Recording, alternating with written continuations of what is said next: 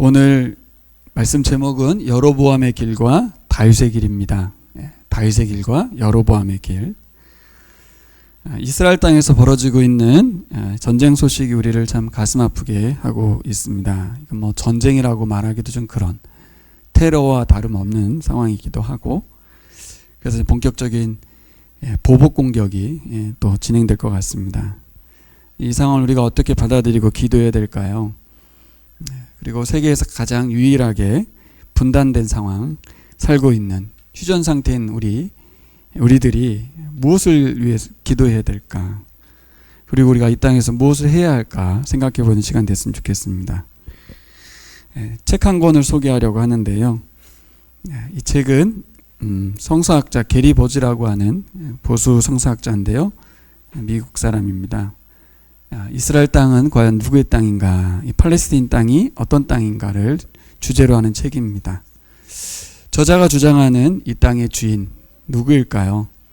혈통적으로 민족적 개념으로서 유대인이라든가 또 원래 거기 살고 있었던 팔레스타인 사람들이 아니다 라고 주장을 합니다. 그 땅의 주인은 바로 하나님이다 그렇고요. 그리고 그러면 하나님이 주인인데 그럼 거기에 살아야 될 사람들은 어떤 사람인가 할 때 이분이 주장하는 건 뭐냐면 하나님의 정의와 평화를 살아가는 사람들이다 이렇게 말을 해요. 그래서 정의를 살아간다라는 말을 이분은 뭐라고 하냐면 고아와 과부를 돌아보고 나그네를 환대하고 평화를 실천하며 우상을 숭배하지 말라는 하나님의 이 구약의 메시지를 살아내는 사람만이 그 땅에 살아갈 자격이 있다라고 주장하는 거죠. 실제로 하나님께서 가나안 땅을 이스라엘 백성에게 줄 때 그런 땅 만들라고 했고 그런 사람들이 되라고 말을 했거든요. 그런데 이스라엘 백성들이 망하잖아요. BC 586년에 망해서 남유다가 멸망하고 바벨론의 침공에 의해서 성전도 무너지게 되는데 그 일이 왜 일어났느냐? 그 땅에 살 자격을 잃었기 때문에, 다른 말로 하면 고아와 과부를 돌아보지 않고 나그네를 핍박하고 평화를 실천하지 아니하고 우상을 숭배하는 것을 통해서 그들은 땅을 빼앗깁니다. 메시지죠, 메시지. 그들이 불순종했기 때문에, 이 명령에 불순종했기 때문에 남유다가 멸망했고 바벨론이 통치하게 되는 땅이 됐다. 이 메시지거든요. 그러면 하나님을 섬기지 않았다. 이 말이 그들이 예배하지 않았다, 제사 드리지 않았다, 그런 말이 아닌 걸 아시죠? 또 제가 열왕기상 첫 번째 설교 때 말씀드린 것처럼 우상을 숭배했다, 이 말도 단순히 형상인 우상을 만들어서 그것을 신주단지 모시듯이 섬겼다, 그런 말을 넘어선다고 말씀드렸습니다. 약자를 배려하지 않는 그런 나라를 만들었다는 거예요. 우상 숭배는 결국 자기 자신들만을 위한 나라가 될 뿐더러 이웃과 공존하는 나라가 되지 못한다는 것이죠. 그래서 이것은 단순히 이스라엘 나라 사람들만의 문제가 아니라 결국 이 지구에 살아가는 사람들, 그렇죠? 이 지구라는 땅덩어리에 살아가는 우리들, 대한민국을 살아가고 있는, 대한민국 땅에 살고 있는 우리들에게도 주는 메시지입니다. 과연 우리는 이 땅의 주인 될 자격이 있는가? 이 땅을 살아갈 자격이 있는지 묻는 것입니다. 결국 이 땅의 주인이 누가 되어야 되느냐? 이 모든 땅의 주인은 하나님 되셔야 된다. 그리고 그 하나님을 두려워하는, 하나님의 정의와 평화를 살아가는 사람들이어야 된다. 이게 이제 저 책의 메시지가 되겠죠. 단순히 팔레스타인 땅만의 문제가 아니라는 거죠. 여러분 생각해 보세요. 미사일과 총격이 오가지 않을 뿐 전 세계는 지금 약자를 유린하고 강자가 득실거리는, 그래서 하나님의 형상이라고 하는 이 사람들을 우성과 열성으로 구분하면서 인종 청소를 하려고 하는 그런 일이 역사 가운데 계속 반복됐고 지금도 계속되고 있습니다.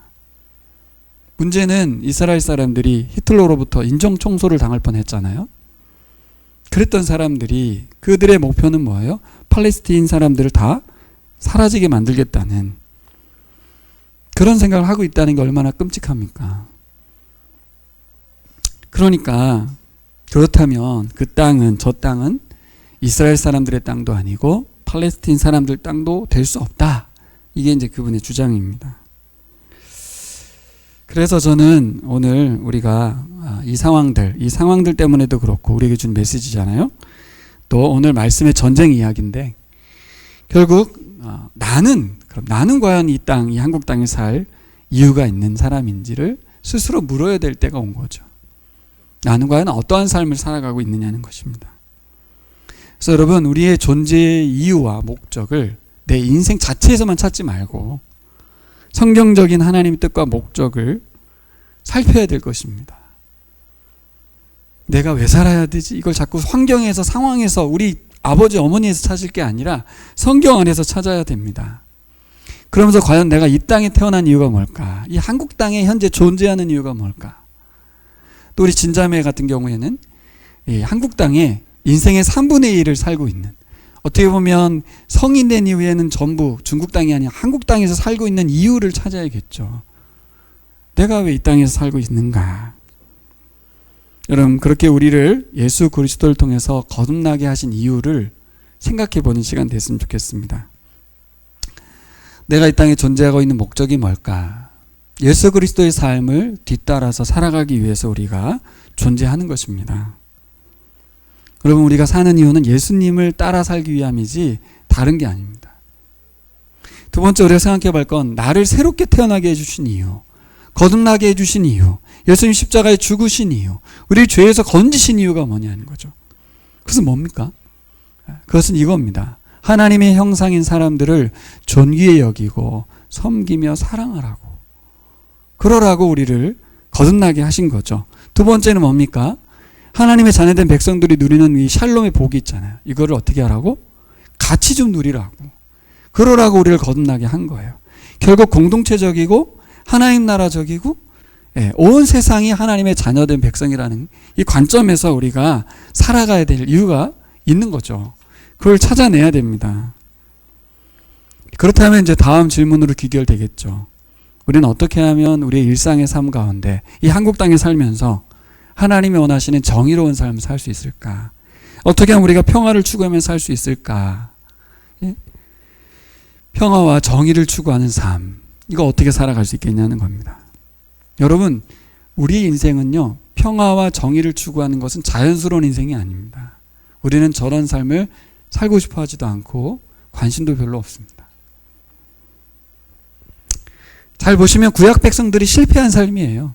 저거 하나님이 그렇게 요구했던 삶이지만 이 구약 백성 중에서 누구도 성공하지 못한 삶이에요. 결국 우리도 똑같아요. 자연스럽지도 않고 또 열심히 추구하지도 않는 저 삶, 저걸 하나님 우리 보고 추구하라는 거거든요. 오늘 열왕기서는 바벨론 포로민들에게 쓰여진 거라고 계속 말씀드렸습니다. 이들이 이걸 읽으면서 어떤 생각을 가져야 되냐? 열왕기서 저자가 무슨 말을 하고 싶은 거냐? 너희들이 바벨론 포로민에서 이제 자유케 될 텐데, 고국으로 돌아갈 텐데, 고국으로 돌아가면 어떤 나라를 세워라? 과거의 잘못을 반복하지 마라. 너희들 자신만 위해 살지 말고 우상 숭배하지 말고 하나님의 정의와 평화를 추구하는 나라를 세우라는 거예요. 이것은 열왕기서를 읽었을 포로민들에게만이 아니라 우리에게도, 이 땅에 있는 모든 크리스찬들이 읽어내야 될 메시지입니다. 결국 아까 그 쓴 게리 버지라고 하는 책의 저자도 그렇고 열왕기서 저자도 그렇고 또 저 여러분이 이 땅을 살아가야 될 자격이 있는지 계속 묻는 거예요. 물어보는 거예요. 그렇지 않으면 존재의 이유가 없어요. 거듭난 이유도 찾지 못한 채 나는 구원받았으니까 끝이야, 이렇게 해서는 안 된다는 거죠. 그래서 여러분, 혈통적으로 유대인이라고 해서 저 땅에 살아갈 자격이 없다는 거, 그죠? 또 혈통적으로 우리가 대한민국 국민이라서 이 땅에 살아갈 자격이 있지 않다는 거, 그렇게 생각하셔야 됩니다. 이 땅의 원주인은 누굽니까? 이 땅의 원주인은 하나님이시죠. 하나님. 이 지구라고 하는 땅덩어리의 주인은 하나님이십니다. 좀 잘 생각하셔야 돼요. 우리는 잠시 살다가 가는 거예요. 우리 현재 소유하고 있는 집도 내 집이 아니에요. 분명히 이 등기부 등본은 내 집으로 돼 있어도 잠시 살다가 갑니다. 우리 자녀에게 넘어갈 것 같아도 자녀는 팔아먹을 거예요. 그러니까 내 집이 없어요. 내가 딛고 선 땅도 내 땅이 아닙니다. 이 원리, 이 땅이 하나님의 것이라는 생각이 있어야만 우리가 무엇으로 살아야 될지를 거꾸로 아까 여기 살핀 것처럼 하나님이 원하신 나라를 추구하게 돼요. 내가 살고 있는 게 내 게 아니고 내 땅도 아니기 때문에 하나님의 땅에 내가 임시 거주자로 살고 있기 때문에 하나님 살게 하신 목적대로 살아내야 되는 거죠. 그러니까 하나님이 이 땅의 주인이라는 이 가치관이 있을 때 우리는 잠시 거주하는 거주민이라는 생각, 그 생각, 나그네 같은 생각을 할 때만, 그죠? 그 마음, 그 자세가 있어야만 우리는 하나님이 원하시는 정의를 살아갈 수 있어요. 평화를 추구할 수도 있어요. 그리고 하나님은 오늘 말씀을 통해서 우리에게 그런 사람들이 되어달라고, 그런 나라를 이루어달라고 말씀하고 있습니다. 자, 오늘 본문으로 가서 한번 메시지를 들어보기로 원합니다.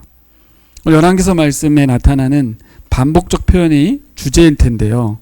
여러분, 이 반복적 표현이 뭐예요? 바로 다윗의 길을 갈 거냐, 여로보암의 길을 갈 거냐입니다.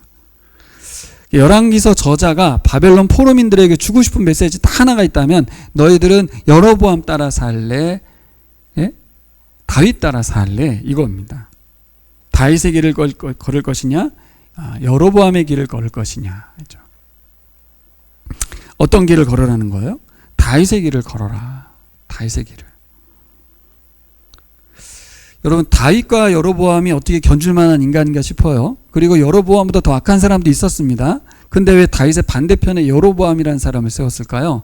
그 이유는 하나예요. 뭐냐면 다윗이 여러분 사울왕 이후에 이스라엘 나라를 새롭게 재편하라는 하나님의 명령을 받았거든요.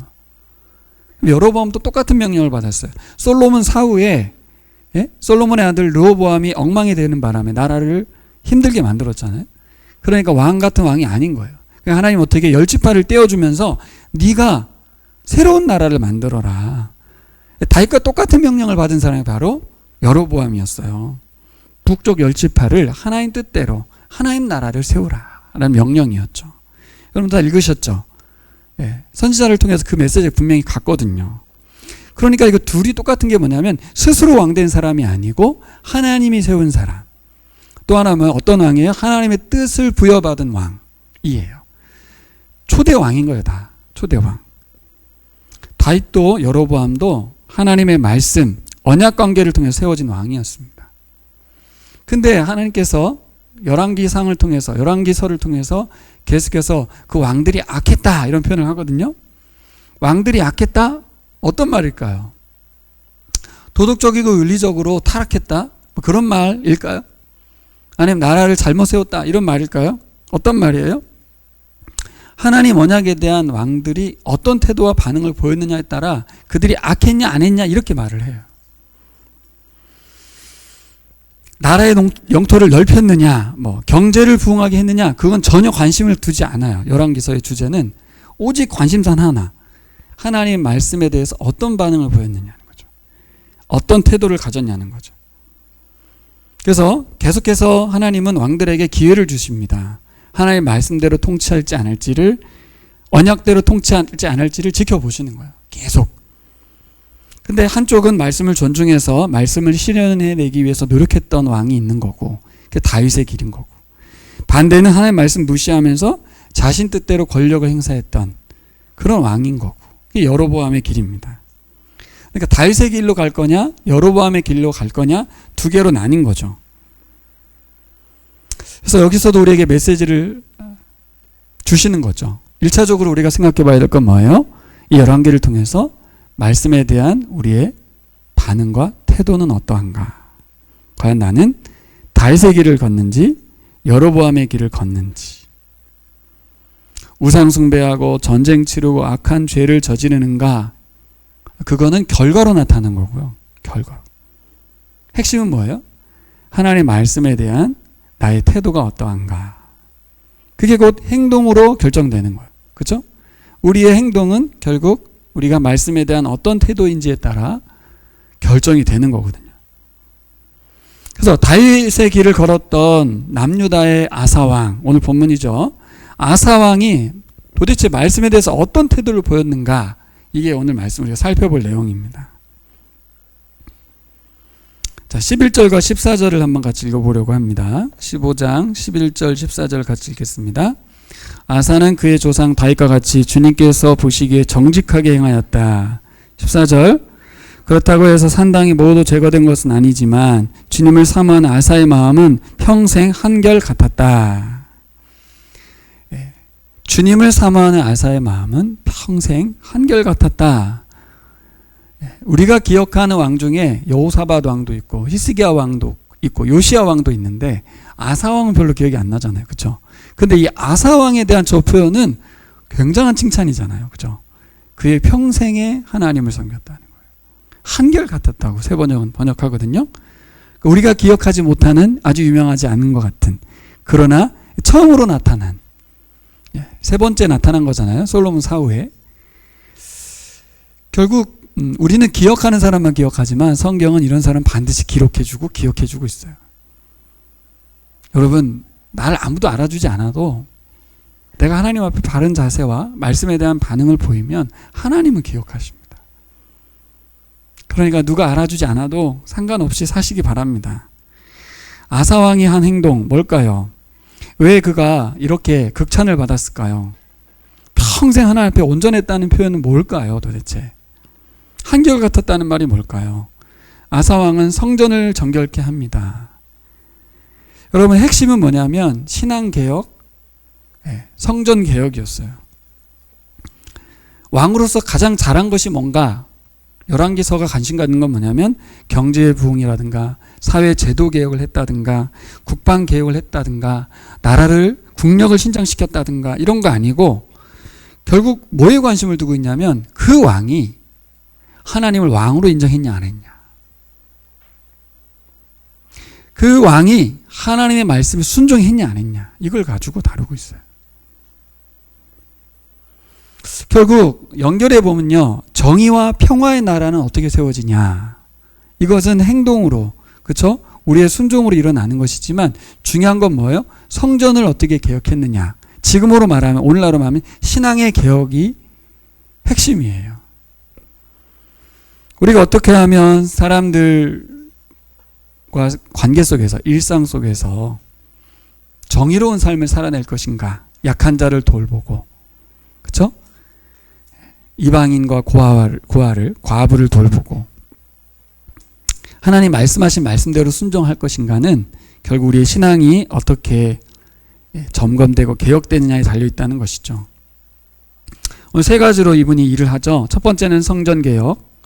아사가 어떻게 합니까? 할아버지와 그저 아버지가 무너뜨려 놓았던 하나님의 권위를 회복시키는 데 주안점을 뒀어요. 다시 하나님 왕으로 인정하고 그의 부하가 되는 거죠. 누가 그랬어요? 다윗이 그랬거든요. 다윗은 왕이었지만 하나님의 왕이고 본인은 신하인 것처럼 살았어요. 그게 다윗의 길이었거든요.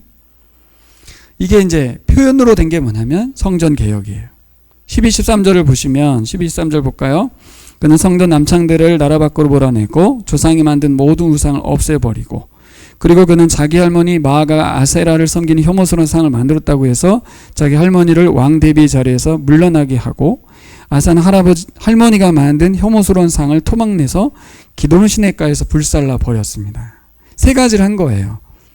남창들을 모두 축출하고, 그렇죠? 할머니를 태우의 자리에서 폐위시키고, 그렇죠? 세 번째는 15절에 나와 있는데요. 자기 아버지가 가지고 있었던 것과 자기가 가지고 있는 금그릇, 은그릇들을 주님의 성전에 갖다 놓습니다. 남창, 이게 뭘까요? 이방 신전에는 무슨 일이 있었냐면 신녀들이 있었어요. 이 신녀들이 신을 대리하는 거고 이 신녀들과 성관계를 함으로 신과 접촉하는, 신과 친밀해지는 그런 일들이 있었습니다. 근데 남창은 뭐예요? 신녀는 뭐예요? 신남인 거죠. 신남. 신들린 남자들이 거기에서 뭐예요? 동성관계를 통해서 이 우상 숭배를 행한 거죠. 그 일이 어디서 일어났다? 성전에서. 야, 진짜 심각했죠. 아주 심각했습니다. 그런데 이 아사가 그 남창들을 모두 제거했어요. 뭐 그럼 당연히 신녀들도 제거했겠죠. 여러분, 아주 기가 막힌 일입니다. 솔로몬 사후 3대밖에 안 됐는데도 이건 완전히 박살이 난 거예요. 성전이 아닌 거죠. 여러분, 우리의 신앙의 현재의 모습이 1대, 2대, 3대 보장할 수 없습니다. 어떻게 무너질지 아무도 모르는 거예요. 두 번째 한 건 뭐예요? 할머니를 폐위시키죠. 그가 한 일이 뭐예요? 아세라상을 만들어다가 궁 전천지에다가 바르고, 그렇죠? 성전에다 갖다 놓고 어떻게 해요? 할머니를 폐위시킨다. 우리 조선 시대의 사극들을 보면 얼마나 어려운 일인지 아시죠? 그 할머니가 통치했다는 거예요. 할머니를 폐위시키는 일, 얼마나 어려운 일입니까? 개혁이 얼마나 힘든지 우리가 알잖아요. 이 시대를 살고 있기 때문에. 얼마나 기득권의 저항이 셉니까? 세 번째는 뭐예요? 르호보암 왕 때 이집트의 시사광이 쳐들어와가지고 금방패를 뺏어가고 성전의 보물들 다 가져갔거든요. 그러니까 성전이 보물이 없다는 건 뭐예요? 성전에 보물이 없다는 얘기는 하나님이 왕이 아니라는 거예요. 그 신전이 굉장히 중요하거든요. 고대 사회에서는. 거기에 보물들이 다 가져갔으니 신의 힘을 잃은 거죠. 어때요? 아사왕은 아버지 그리고 자신이 가지고 있던 금 보물들을 전부 다시 성전에 갖다 놨다는 건 뭐예요? 다시 하나님을 왕으로 인정하는 그런 일을 했다는 거죠. 이 보물이 갖는 의미, 모든 나라의 권세를 하나님께 다시 돌려드리는. 여러분, 이게 그냥 설명을 좀 했지만 결코 쉬운 일이 아니죠. 하나도 제대로 하기 힘든 일입니다. 이거를 아사왕이 해낸 거예요. 아사는 하나님을 왕으로 인정하고 순종했던 다윗의 길을 걸었던 왕으로 기록되고 있습니다. 그렇기 때문에 아마 이 말씀이 같이 한번 읽어볼까요? 주님을 사모하는 아사의 마음은 평생 한결 같았다. 이 수식어가 여러분들에게도 있기를 원합니다. 저에게도 있기를 소망합니다. 그가 얼마나 하나님의 말씀대로 일평생 하나님을 살았는지를 후대가 기억해 주기를 바라면서 이 글을 쓴 거죠. 하지만 여러분, 역대하를 가보시면 이 열왕기와 역대하는 좀 달라서 역대하는 아사왕에 대해서 조금은 박하게 기록하고 있어요. 관점을 좀 바꾸거든요. 열왕기와 역대하의 역대기의 관점이 좀 다른데, 그 열왕기는 왜 이 아사에 대해서 이렇게 좀 더 긍정적으로 좀 과찬을 날렸을까요? 포로민들에게 이 아사왕의 좋은 점을 본받으라는 거예요. 물론 뒤에도 그가 실수한 부분들이 나왔지만 어쨌든 역대기보다는 아사왕은 굉장히 미화된 부분이 있어요. 그래서 우리가 주목해야 될 부분이 뭐예요? 하나님이 바라시는 게 뭔지 그걸 보라는 거예요. 그의 약점을 보면서 저도 어쩔 수 없네 이게 아니라 그가 얼마나 하나님을 향해서 애썼는지 또 다른 다윗과 같은 모습을 보였다. 이렇게 기록하고 있습니다. 자, 아사왕이 우상을 철폐한 거, 할머니 폐위시킨 거, 이걸 감행했다는 건 뭘로 설명할 수 있냐? 이 표현을 다른 표현으로 한다면 하나님 말씀대로 통치하는 왕이었다. 전 이렇게 정의하고 싶어요. 단순히 그가 신앙 종교개혁을 했다는 게 어떤 의미일까요? 열심히 하나님 섬겼다는 말이 제의적으로만 그랬다는 말일까요? 아니죠. 하나님과의 관계가 바로 선 사람만이 나머지 통치의 영역에 있어서도 하나님 뜻대로 했겠죠. 이제 우리가 이게 생각해 봐야 될 부분인데, 우리가 일상을 살아가는 동안에 하나님 뜻대로, 아까 제가 말한 대로 우리가 존재하는 이유는 예수님을 닮아간다는 것과 예수님을 따라서 살아간다는 건데, 그게 가능한 영역이 바로 이 신앙의 영역에서, 하나님과의 관계의 영역에서 어떤 모습을 보이느냐가 우리 삶의 영역에서 어떠한 모습으로 살아가는지를 결정한다는 거죠. 이것을 열왕기 저자가 강조하고 싶었던 거예요. 어떻게 하면 이 나라가 평화와 정의의 나라가 될 수 있느냐? 그것은 하나님께 대한 바른 자세를 확립하는 것이죠. 그래서 바벨론 포로에서 돌아온 귀한 자들이 제일 먼저 신경 쓰고 가장 중요하게 신경 써야 될 일은 뭐예요? 성전을 정결케 하는 거라는 거예요. 온전히 예배가 회복되는 거라는 거예요. 하나님의 자리와 내 자리가 분명히 설정돼야 된다는 거고, 하나님만을 온전히 잘 섬겨야 된다는 거죠. 그래야만 하나님이 원하시는 정의와 평화의 나라가 될 수 있는 동력이 생기는 거예요. 이것은 우리의 품성으로나 우리의 노력으로 이루어지지 않는다는 거죠. 바른 하나님과의 관계, 친밀한 하나님과의 관계로부터 우리가 하나님 뜻에 순종할 만한 힘을 공급받을 수 있어요. 예수님과 살아갈 수 있고 예수님에 순종할 수 있고 예수님을 따라갈 수 있는 힘도 거기서 나옵니다. 한번 우리가 적용해 본다면, 아사왕처럼 우리에게 적용한다면 뭘 할 수 있을까요? 우리가 제거해야 될 것들이 뭘까? 우리가 좀 정리해야 될 것들이 뭘까? 이거는 제거라는 다른 말로 좀 이렇게 정돈하는 거예요.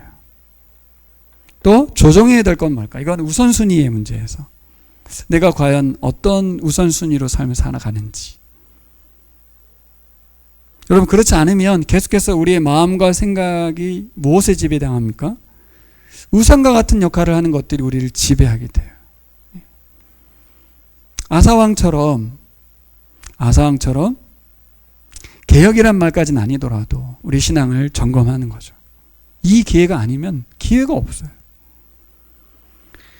열왕기서 저자가 후대 민족들에게 꼭 하고 싶었던 말이에요. 그러면 이 팔레스타인 이스라엘 전쟁을 보면서, 러시아 우크라이나 전쟁을 보면서 우리는 우리나라 전쟁이 아닌가? 근데 우리는 이미 전쟁 중인 나라고 휴전 중인 나라에서 과연 우리는 무엇을 추구해야 되냐? 정의와 평화를 추구해라. 너무 관념적이잖아요. 그리고 그것은 어떻게 추구하는 것인데요? 결국 아사왕에게서 배우는 겁니다. 그가 제일 먼저 한 게 뭔지, 무엇에 가장 집중했는지, 후손들에게 뭘 집중하라고 하는지.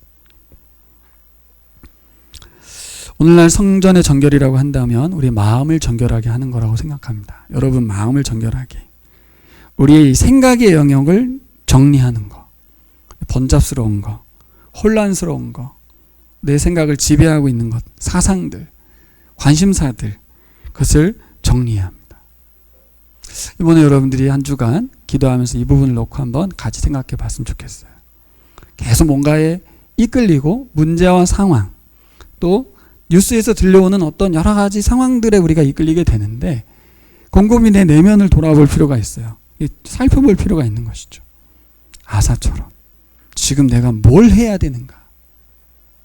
정말 불가능한 영역에 도전했죠. 할머니를 폐위시키는 일. 그게 얼마나 많은 준비와 과정들이 있었겠습니까? 어느 날 갑자기 왕의 권한이라고 할머니를 폐위시킵니까?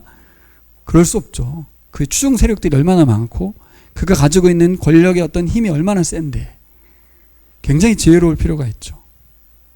간단히 내 마음 바꾼다고 해서 내 삶이 정리되진 않아요. 많은 저항이 있고 내 스스로의 저항, 상황들에 대한 불편함, 수고들이 수반되는 것이 신앙의 어떤 점검인 것 같아요. 두 번째 우리가 생각해 봐야 될 건 이제 우리가 정리하고, 그렇죠? 그 다음에 버리고 우선순위를 조정하는 것도 중요한데 그 다음 뭐예요? 비우는 것보다 더 중요한 건 채우는 거겠죠. 그 정리된 상황에 무엇을 채울 것인가? 무엇으로 내 마음과 생각을 채울 것이냐는 거예요.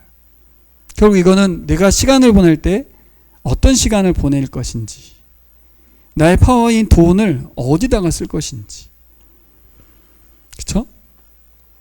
내가 신경 쓰고 있는 것들이 곧 돈과 시간인데 그것들이 어떻게 사용될 것인지를 조정해야 됩니다. 그래서 한번 점검해 보십시오. 여러분, 우리가 말씀에 배가 고픈지, 정말 말씀 듣고 싶은 마음과 갈급함이 있는지, 하나님의 원리들을 깨달았을 때 정말 행복한지, 아, 저게 하나님 원리구나, 아, 그거였구나, 뭐 이게 행복한지, 아니면 세상 정보들을 알아내고 신물품들을 사용하는 것이, 그걸 접하는 것이 너무 우리에게 흥분을 주는지.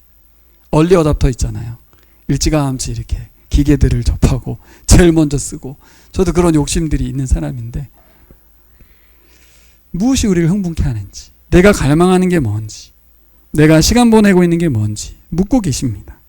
아사왕처럼 우리 일상의 삶을 점검하고 조정하고 버리고 불태우고 새롭게 하라. 이게 오늘 하나님 우리에게 주신 말씀입니다. 자, 뒤에 이제 아사가 좀 변질되죠. 아사가 북왕국 바하사 왕과 전쟁 중에 바하사가 라마를 건축했다고 했는데 남왕국과 북왕국의 경계에 출입문을 세우는 거예요. 성벽을 건축하는 것과 같아요. 그래서 라마를 건축하면서 위협을 해야 되니까 어떻게 합니까? 아사가 시리아의 베나닷에게 가서 금은 폐물을 다 갖다 바치고 도움을 요청합니다. 바하사 왕과의 조약을 깨고 우리와 조역하자는 거죠. 그렇게 하나님을 의지하고 하나님만을 위해서 평생 섬겼다고 했는데 아까 그 표현은 거짓말이에요, 사실. 그죠? 그가 평생 하나님만을 잘 섬겼다? 한결같았다? 진짜 과장이죠. 왜요? 말년에는 하나님께 기도하거나 하나님 의지하지 않고 어떻게 했어요? 다른 나라에 가서 금은패물 갖춰 바친 거죠. 왕이 누가 돼버린 거예요? 베나다시 왕이 돼버린 거잖아요. 그렇죠? 그렇게 변질됐어요. 초기엔 분명 순수한 신앙 개혁을 했던 사람인데 시간이 흐르고 변질됐습니다. 어떻게 했어요? 신앙을 사유화한 거죠. 하나님과의 관계보다 세상과의 관계에 공을 더 많이 들였습니다.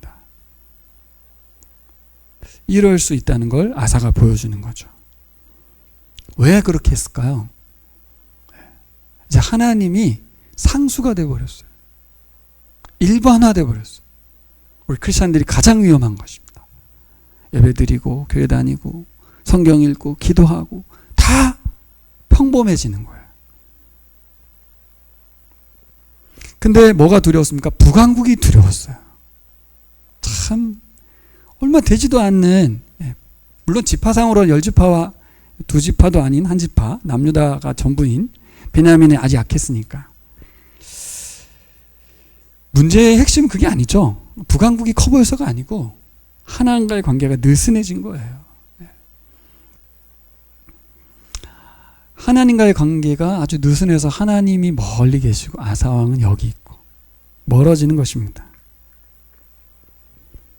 노년의 이분은 어떻게 바뀌었습니까? 아사왕이 하나님보다 뭐가 더 두려워요? 세상이 더 두려운. 아, 이렇게 될 수도 있구나. 신앙생활을 오래 해서 더 견고해지고 알찬 그런 상태가 되기도 하지만 오히려 뒤로 갈수록 우리 자녀들 어떡하지? 나의 노년은 어떡하지? 세상이 불안한데 어떡하지? 이 어떡하지 병에 걸릴 수가 있어요. 계속 근심 걱정이 더 커지는 거예요. 분명 난 하나님을 믿고 있고 하나님을 진짜 오래 섬겼는데 느슨해진 하나님과의 관계가 뭔지 아시겠죠? 여러분, 아사의 마지막 삶이 우리에게 주는 메시지는 뭐예요? 신앙생활은 평생입니다. 평생. 그가 평생 한결같이 하나님 섬겼다고 열왕기서 저자가 거짓을 더한 과찬을 알려주었지만 현실적으로는 그렇지 않잖아요. 그렇게 기록해 줄 수 있어요, 우리 인생에. 그렇지만 저는 개인적으로 그렇게 생각합니다. 이건 개인적으로지만 여러분들의 목회자니까 여러분들에게도 적용된다고 봐요.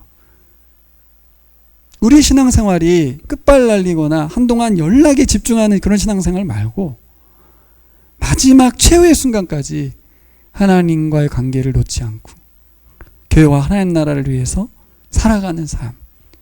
전 그게 성공이라고 생각합니다. 근데 대부분은 자신의 열정과 의지를 동원해서 뭔가 한번 저지르거나 이루기를 바라시는데 그렇게 하고 이렇게 아사왕처럼 말년을 보내는 것은 모든 것이 다 뒤집어지는 것 같은 안타까움을 느끼게 해요. 여러분, 신앙생활은 평생입니다. 예전에 청소년부 강사이신 SU 강사님이 그런 말을 한번 하셨어요. 제가 이제 부교육자다 보니까 청소년 사역을 하고 있었잖아요. 그럼 열정이 대단하거든요. 이 아이들 변화시키겠다는. 어떻게 하면 이 청소년 시기에 있는 이 아이들 하나님께로 인도할까? 그래서 정말 청소년 사역자들은 엄청 올인합니다. 자신의 인생을 다 드려요. 막 갈아 넣습니다. 시간과 돈을. 근데 그분이 그런 말을 했어요. 신앙생활은 평생입니다. 여러분, 청소년 사역자는 그의 평생 신앙 중에 이 토막을 섬기는 겁니다. 그래서 브릿지 빌더가 되셔야지 거기서 승부를 보려고 하시면 안 됩니다. 그 말을 듣는데 저에게 큰 도전이 됐어요. 저는 최선을 다하기만 하면 되는 줄 알았어요. 아니에요. 그의 평생의 하나님과의 관계 속에서 그 중간 시기에 그 3년의 시기 아니면 6년의 시기를 돕는 정도. 그가 언제 하나님께 헌신될지도 모르는 거고 그가 이렇게 열심히 살다가도 무너질지도 모르는 것이 이게 그에 필요한 단계에 맞추는 신앙을 도와야 되는 것이지 여기서 뭐 끝장을 볼 것처럼 자기가 다 책임을 져야 될 것처럼 생각하지 말라는 거였어요. 이것은 우리에게도 똑같아요. 이 비유가 이해가 되시죠? 1년 하고 말 신앙생활이 아닙니다. 평생 해야 되고요. 이 평생은 누구에게도 연결되어 있냐면 우리 자녀 세대에게도 연결되어 있어요. 그래서 방향을 잘 잡으셔서 우리가 말년까지 상승 모드로 계속 갈 수 있을까? 성장과 성숙의 그림을 그려갈 수 있을까? 이대로? 이걸 점검하셔야 되는 거예요. 때로는 쉬셔야 되고요. 때로는 열정적이셔야 돼요. 하지만 여기서 끝장 볼 것처럼 하시면 안 돼요. 계속해서 하나님을 위해서 살아가되 하나님 나라의 완성까지 우리가 최선을 다하리라. 신앙생활은 평생이다. 이게 무슨 말인지 이제 아시겠죠? 그래서 저는 아사왕의 초기 모습 보면서 세속적이었던 후기 모습 보면서 우리에게 도전을 주고 있다고 생각합니다. 어떻게 하면 우리가 교만의 무게를 견뎌내고 겸손함으로 끝까지 하나님과 관계할 수 있을까? 이게 이제 우리 마지막 정리의 메시지인 것 같아요. 우리에게 남겨진 메시지죠. 아사왕처럼 실수하지 않고 어떻게 하면 초지일관 끝까지 그가 했던 것처럼 갈 수 있을까? 어떻게 가능할까요?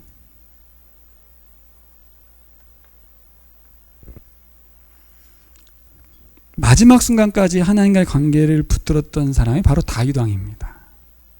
다윗 왕의 말년이 압살롬에 의해서 자기 아들이 반역하고, 그렇죠? 수치와 모욕을 당했던 거 아니겠습니까? 저 같으면이 아니라 이 땅에는 대부분의 사람은 어떻게 하냐면 그때 왕을 내려놓고, 그렇죠? 아들과 싸우지도 않고 자기는 자격도 없잖아 일단, 그렇죠? 바세바 사건으로 당하는 징계인 거 분명하잖아요. 그러면 그만둡니다 거기서. 근데 하나님은 그만두지 못하게 하세요. 우리는 그만두는 것, 내려놓는 것이 당연하다고 여기지만 하나님은 그렇게 하지 말라는 거예요. 어떻게 하라? 철저히 고난을 당하라. 그의 두 번째 광야 아닙니까 그게? 시므이가 계속 욕하잖아요. 막 조롱하고. 그때 옆에서 죽여버리겠다고 할 때 그러지 마라. 하나님이 나에게 징계하시는 것 같다. 왕의 자리에서 더 이상 수치와 모욕을 당하지 않고 내려올 수 있음에도 불구하고 그렇게 하지 않아요. 왜요? 하나님이 그러지 말라고 그랬거든요. 왕의 자리에서 철저히 수치와 모욕을 당해라 이렇게 말씀하셨어요. 저는 못할 것 같아요. 이게 사욕으로 보이잖아요. 탐욕으로 보이잖아요. 이 시대에서는 허용이 안 되는 부분입니다. 바로 그만둬야죠. 하지만 우리가 거기서 배워야 될 게 하나 있어요. 그 가운데서 다윗의 말을 보면 하나님과의 관계를 놓지 않는다는 거예요. 하나님 말씀에 대해서 깊이 받아들이고 묵상한다는 거예요. 여러분, 다윗의 인생은 평생을 하나님과의 관계 속에서 소통하고 고백하고 찬양하며 감사를 살았다는 걸 우리가 잘 알고 있습니다. 시편을 보면 거의 다윗의 시편이거든요. 그때는요, 글을 남기는 시대가 아니잖아요. 기록하는 시대 아닙니다. 그가 한 말들이 어떻게 구전되고 어떻게 정리됐는지 이건 미스테리한 이야기입니다. 사실 종이에 쓰는 시대가 아닙니다. 근데 한 개도 아니고 두 개도 아니고 엄청나게 많은 시편들이 기록됐다는 걸 생각할 때 이거는 대단한 겁니다. 그리고 그것만 있겠어요? 더 많겠죠. 엄청나게 많은 기록들을 남겼을 텐데 그 중에 남아있는 게 이건 거죠. 그것은 우리에게 무엇을 주냐면 우리가 고난의 때에 환난의 때에 어떠한 삶으로 하나님 앞에 나아가야 될지를 그 시편의 고백들을 통해서 우리에게 알려주거든요. 그게 없는 인간이 말한 것인데 어떻게 성경이 됩니까? 그것을 통해서 하나님께서 주시는 메시지를 얻는 게 성경이거든요. 다윗은 알고 쓴 게 아닙니다. 이게 우리에게 성경이 되리라. 나중에 후대인들에게 이게 신앙의 좋은 도구가 되리라. 그런 생각 없었어요. 그냥 똑같아요. 여러분이 그냥 아침에 기도문을 쓰는 그 글. 그 뭔가 미화되지 않고 그냥 내 언어인 것 같지만 나의 고난의 순간에 하나님께 대한 신뢰에 대한 고백과 당신을 찬양하는 그 글들이 저는 다윗의 길이라고 생각을 해요. 다윗의 길은 거창한 것이라고 생각하지만 그렇지 않습니다. 여러분. 신앙의 개혁은 다른 게 아니라 우리 하루의 삶 중에 하나님을 언제 만날 것인지, 우리 일주일의 삶 가운데 하나님과 관계할 시간은 언제로 잡을 것인지, 형식화되고 무뎌져 가는 상황 속에서 우리는 세 가지가 동시에 있어야 돼요. 개인적으로 하나님과의 관계하는 시간들을 살아가는 거죠. 이것은 뭐 무한정 늘릴 수 있습니다. 두 번째는 이제 소그룹으로 우리의 나눔, 하나님과 관계한 삶에 대한 나눔을 하는 이 목장 모임이 되게 중요하죠. 또 세 번째는 하나님의 말씀을, 성경적인 메시지를 선포해서 듣는 이 대그룹 예배를 통해서 하나님의 마음과 뜻을 만나는 거죠. 목장에선 사람을 통해서 만나는 거고요. 대그룹은 목사를 통해서 만나는 거고, 찬양과 기도와 헌금 중에 하나님 일하신 걸 만나고, 사도신경을 고백하면서 나는 믿습니다 이 한마디에서 만나는 거고, 여러분 나는 믿습니다가 심장을 드립니다라는 거 아시죠? 난 당신께 헌신하겠습니다, 내 생명을 바치겠습니다는 말이 크레도라는 거 아니에요? 나는 믿는다, 나는 믿는다. 그래서 질문을 제가 던지기, 당신은 무엇을 믿습니까? 이 말은 단순히 믿는다는 고백이 아니라 내 자신을 하나님께 드리겠습니다라는 선언이거든요. 이게 무슨 평화와 정의와 무슨 상관이 있는 것 같은가? 그렇지 않습니다, 여러분. 우리 직장 내 평화를 이루기 위한 나의 수고와 헌신, 그렇잖아요. 이스라엘 땅에 갈 수는 없죠. 팔레스타인 땅에 갈 수는 없죠. 하지만 내가 있는 이 직장에서 사장과 사원 사이의 불안한 상황을 어떻게 내가 기도하고 돕고 섬길 것인가? 전도 말고요. 예수님이 그렇게 하셨거든요. 약자들과 같이 밥을 먹고 죄인들과 같이 친구가 되어주는, 그것은 노력으로 되는 게 아니라 사랑하여만 되는 거라서, 우리 안 하나님의 사랑이 부어져야만 되는 거라서 그 사랑을 하나님의 말씀을 통해서 만나야 될 줄 믿습니다. 여러분, 하나님의 말씀이 나를 감동시키는 순간이 얼마나 있습니까? 그때 우리가 하나님 나라를 소망하게 되거든요. 여러분, 하나님 나라에 대한 소망이 여러분들에게 가슴 뛰었으면 좋겠습니다. 근데 우리는 나의 상황, 환경, 문제, 어려움을 많이 묵상하죠. 그러면서 어떤 생각하냐면 지금까지 내가 세운 나라는 언제 무너질까에 대한 두려움을 갖고 있습니다. 이게 아사왕이었어요. 지금까지 하나님을 열심히 살았지만 이제까지 내가 종교개혁을 해가지고 세워놓은 이 나라가 북왕국에 무너지면 안 되는데, 두려움, 불안에 떨게 됩니다. 그러면서 소망은 사라지고 비참함과 괴로움의 시간만 계속될 것이 우려되는, 여러분, 그러면 우리는 우리의 삶이 뭐와 멀어지는 거예요? 하나님의 정의와 평화를 구하는 나라는 사라지는 거예요. 내 인생에서.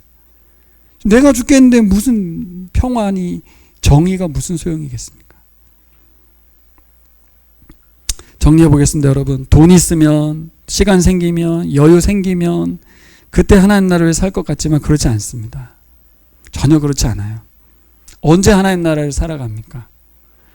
하나님 자주 만날 때, 하나님 자주 뵐 때, 그때 하나님 나라 살아갈 수 있어요. 두 번째는 하나님 말씀에 사로잡힐 때, 그때 그 말씀이 나를 움직이거든요. 사람을 만나게 하고 섬기게 하고 기도하게 하고. 또 언제입니까? 하나님 마음이 느껴질 때, 팔레스틴을 향한, 이스라엘을 향한 하나님 마음이 느껴질 때, 그때 하나님 나라 교회를 위해서 기도하게 됩니다. 바로 아사왕이 그때였고, 다윗이 그때 하나님을 섬겼죠. 여러분도 뭐 정보를 많이 취하셔서 아시겠지만, 혹시 모르는 분들을 위해서 알려드리면, 이스라엘은 구약의 이스라엘이 아닙니다. 지금 이스라엘은 똑같은 이스라엘이 아닙니다. 언약 백성은 예수 그리스도를 통해서 새로운 정의가 됐기 때문에 아담의 후손으로서, 아브라함의 후손으로서 언약 백성은 예수 믿는 사람들로 다 바뀐 거예요, 여러분. 그래서 혈통적으로 유대인인 이스라엘은 하나님의 언약 백성이라고 말할 수가 없는 거예요, 여러분. 그거는 사도 바울이 계속 얘기했던 거거든요. 근데 우리는 이스라엘에 대한 우호적인 감정이 있습니다. 그 나라 이름 때문에도 그렇고, 거긴 다 유대인이라고 생각하지만 아닙니다. 거기 다 무신론자가 엄청 많습니다. 반면에 우리가 생각하는 팔레스틴은 이슬람권이라고 생각하고 있고, 그들에 대해서 우리가 반감을 갖고 있지만 거기에 크리스찬 많습니다. 거기도 크리스찬이 상당히 많아요. 제 기억에 한 1500만까지 얘기하더라고요. 엄청나게 많은 인구가 크리스찬으로, 팔레스타인 크리스찬으로, 물론 유대인 크리스찬도 있습니다. 그러니까 크리스찬만 살리자 그런 얘기 아닌 거 아시죠? 우리가 오해하는 유대교와 이슬람 간의 전쟁 아닙니다. 자기들 권력자들이 우리나라 정치처럼 자기들 배부르려고 백성들을 희생으로 몰아넣는 것이지 종교적인 의미를 부여할 이유가 없어요. 결국 방법은 그 팔레스타인에 있는 크리스천들이 하나님께 기도하면서 그곳에서 복음을 전파하고 교회를 세우고 하나님을 확증하고 있는 그것으로 이 세상의 평화가 이루어지는 것이지 종교와 정치로 되는 게 아니에요. 결국 이 땅도 마찬가지죠. 우리 가정이나 사회 또 직장도 마찬가지입니다. 하나님의 백성이니까 하나님이 책임져 주실 거야. 그건 믿음이 아닙니다. 믿음은 아까 우리 신앙 고백처럼 내 심장을 드리는 행위이기 때문에 내 시간과 돈을 평화와 정의의 삶을 추구하는 것이 믿음이에요. 제가 이것을 하라고 말하기 전에 오늘 아사왕을 통해서 여러분들에게 도전 준 것은 뭐예요? 하나님 자주 만나야 된다. 언제 만나고 있냐? 우리 교회는 주일 예배 한 번밖에 없는 교회인데 결국 개인 경건의 시간은 굉장히 중요하게 여기셔야 되고, 특별히 제가 매일이 어려우니 일주일에 하루를 무조건 비워야 된다. 하루 종일 하라는 게 아니다. 금요일이 됐든 토요일이 됐든 일요일이 됐든 2시간 3시간을 확보해서 성경 읽고 기도하고 삶을 점검해야 된다. 그렇지 않으면 그냥 세상 사람인 거예요, 여러분. 그리고 말씀에 사로잡혀야 되겠죠. 기회가 된다면 말씀을 계속 읽으시고 훈련 받으셔야 돼요. 그래서 하나님 마음이 우리에게 다가와야만 우리는 움직이지, 우리는 생각으로 움직이는 사람이 아닙니다. 마음에 감동이 있어야 움직이거든요. 다윗이 광야 생활 10년 동안 그 험난한 죽음의 위협 속에서도 그가 고백한 것이 시편 23편이잖아요. 물론 그때 지었는지는 누구도 모르는 이야기입니다만, 근데 그 고백 속에 들어있는 걸 보면 그럴 수도 있잖아요. 처음 뭐라고 그래요? 여호와는 나의 목자신 내게 부족함이 없다. 정말인가? 나는 동의할 수 있는가? 나도 이 시를 똑같이 할 수 있을까? 여호와는 나의 목자시기 때문에 내가 부족함이 없다. 그가 나를 푸른 초장으로 인도하시기도 하고, 혹은 내가 사망의 음침한 골짜기를 다닐지라도, 이게 이제 광야 생활이라고 보아야 되겠죠. 주께서 나의 지팡이와 막대기가 되어주신다. 나를 안위해 주신다.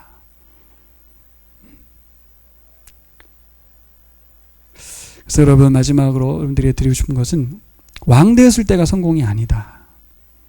서울대 들어가고 하버드대 들어간 게 성공이 아니다. 뭐가 성공입니까? 우리 인생에서. 여러분 다 거듭난 분들이니까 지금 여기에서, 그렇죠? 지금 여기에서입니다. 내일이 아니고 오늘, 지금 이 순간 왕 되신 하나님과 친밀히 교제하는 것이 성공입니다. 하나님 만난 게 성공이죠. 오늘 만난 게 성공이죠. 지난번에 예수님 믿은 게 뭐가 성공이에요? 오늘 여기에서 주님과 함께 교제하는 것이 성공이지. 이것을 놓치니까 세상적인 성공과 편안에 우리가 사로잡히게 되는 거예요. 그렇죠? 매 순간, 지금 이 순간 하나님과의 만남에 성공을 이루는 사람이 왕 됐을 때, 그가 왕의 자리에 있을 때, 그때 뭘 합니까? 정의와 평화로운 삶을 살겠죠. 자신이 약한 때를 기억하고 약자를 돌아보겠죠. 지난주 제가 사무엘하 2장을 묵상을 했는데요. 지난주 1장을 돌아봤잖아요. 2장에서. 다윗은 계속해서 약자를 돌아보고 정치력을 발휘하기보다는 품고 받아주고, 그러나 밑에 있는 부하들은 서로 죽이고 죽이는 그 모습을 보입니다. 완전 달라요, 사람이. 여러분, 왕의 자리에 앉는 게 성공이 아니고 지금 이 순간 하나님이 왕이심을 인정하고 살아가는 것이 성공하는 겁니다. 그때 우리가 하나님 원하시는 정의와 평화의 나라를 추구할 줄 믿습니다.